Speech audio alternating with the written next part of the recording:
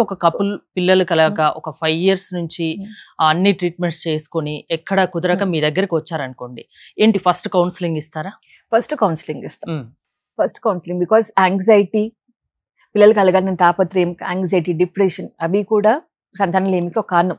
ఎందుకంటే అవి యాంగ్జైటీ కూడా మీకు చెప్పుకున్నట్టుగా హార్మోన్స్ మీదకి బాగా ప్రభావం చూపిస్తాయి. నిద్ర లేనితనం కూడా హార్మోన్స్ మీదకి బాగా ప్రభావం చూపిస్తాయి. సో ఫస్ట్ కౌన్సిలింగ్ చేసి వాళ్ళని కపుల్ ఇంటిమసీ పెంచుకోమని చెప్తాం.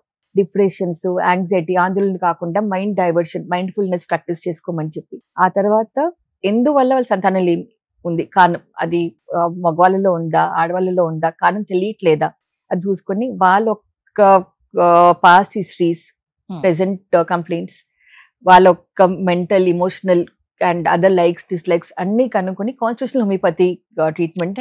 హోమియో మెడిసిన్స్ వల్ల ఇన్ఫర్టిలిటీ పోతుందా? పిల్లలు కలుగుతారా? హోమియోపతిక్ ట్రీట్మెంట్ వల్ల పిల్లలు కలిగే ఛాన్సెస్ ఎక్కువనే ఉంటాయి.